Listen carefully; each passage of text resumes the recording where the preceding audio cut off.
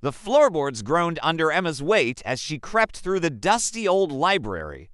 Her friend Luna trailed behind her, her flashlight beam dancing on the walls lined with thousands of leather-bound books. "Are you sure about this, Em?" Luna whispered, her voice echoing strangely in the cavernous space. "It is 2 a.m., and you know Mr. Abernathy, the caretaker, he hates it when we borrow books after hours." Emma grinned, her eyes sparkling with mischief. "Don't be such a scaredy cat, Luna. Besides, we're not here to borrow books. We're here for the Midnight Whispers. Every full moon, the old library becomes the Whispering Library. The books are said to whisper their most closely held secrets to anyone who dares enter. Secrets so enticing, so thrilling that whoever hears them can't help but spill them to others the following day." Luna shivered, suddenly intrigued despite her fear.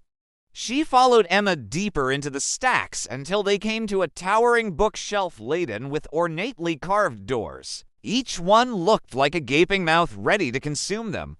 "Here we go," Emma breathed, placing a hand on the nearest door. It felt icy cold, as if the wood itself were sucking the warmth from her fingers. As the clock tower chimed midnight, the whispering began. At first it was just a murmur, but then the volume swelled until the entire library was roaring with voices. The scent of old paper and leather filled their nostrils. The musty smell was overpowered by the heady aroma of cinnamon, vanilla, and pipe tobacco. Before Luna could even react, the bookshelf shuddered and the doors began to open. One by one, the mouths yawned wider and wider until there was only one left. Emma and Luna stared at each other, then at the remaining door, their eyes wide with a mixture of fear and excitement. Taking a deep breath, Emma reached out and pushed it open. Inside, the air shimmered and twisted, forming a swirling vortex that pulled them inside. When the light hit their eyes, they squeezed their lids shut and shielded themselves from its brightness. When they finally opened their eyes, they found themselves in a place like no other. Rolling green hills dotted with sheep stretched as far as they could see. A cobblestone path meandered through the landscape, disappearing around a bend. In the distance, they could just make out the silhouette of a quaint village. "Where are we?" Luna whispered, her voice shaking. Emma shrugged, her earlier confidence evaporated. All she knew was that they had somehow entered the world of the Whispering Library, where every book was a portal to a different story. And somehow they had to find the exit chapter before sunrise or they'd be trapped here forever.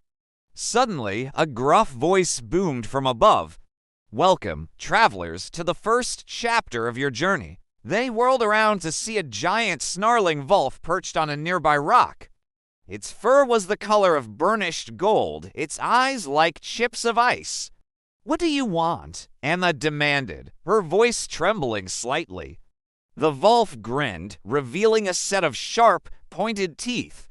"To play a game, little ones. Answer my riddle and you may pass. But beware, for every wrong answer brings you closer to the pen of oblivion." Emma and Luna exchanged a worried glance. They had stumbled into a fairy tale gone wrong, and they needed to get out fast. The wolf took a menacing step forward. "What has an eye but cannot see?" it asked. Emma racked her brain, trying to think of the answer. She thought of the many books she'd read, stories of magic and mystery. Surely there was an answer hidden within those pages. Then she remembered a book about mythology.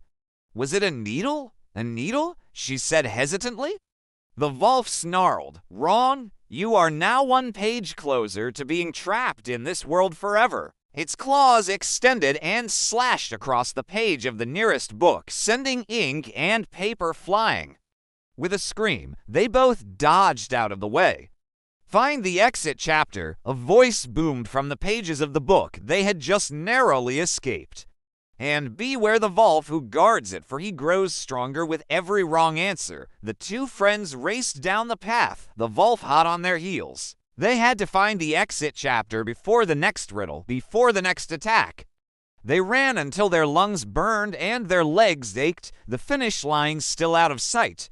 But as they rounded a bend, they saw it in the distance, a small wooden door set into a stone wall. Relief washed over them. They had made it. But as they approached, the Volf loomed out of the shadows, blocking their path.